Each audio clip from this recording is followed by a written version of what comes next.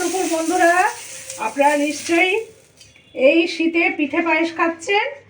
আমিও আজকে দুপুরবেলা শুরু করেছি ক্ষীরের পাটিসাপটা করতে। এই দেখুন, একটা হাতা পরিপূর্ণভাবে গোলা দিলাম প্যানে দিয়ে। এবার আমি একটু ঘুরিয়ে দিচ্ছি যাতে একটু বড় গোলটা হয়।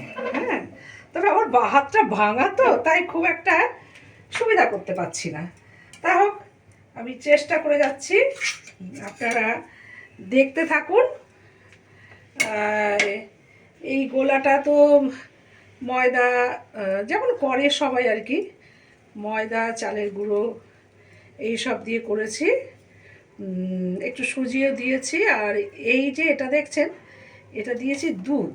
এই যেটা ভেতরে পুর দিচ্ছি, দুধ দিয়ে একটু দুধও দিয়েছি, আপনার গুঁড়ো দুধ দিয়ে ভালো করে জাল দিয়ে, পাটালি দিয়ে, খেজুর গুড়ের পাটালি দিয়ে এটাকে সুন্দর করে একটা ক্ষীর বানিয়েছি। বানিয়ে তারপর এই যে দেখুন, একটা খুব সুন্দর পাটিসাপটা হয়ে গেল। তার আগে আমি দুটো করেছি। এইভাবেই আমি পাটিসাপটাগুলো করব। আপনারা যারা খেতে চান বন্ধুরা, একদম সোজা এক দৌড়ে এয়ারপোর্ট 2 নম্বর শঙ্কর টাওয়ার চলে আসুন।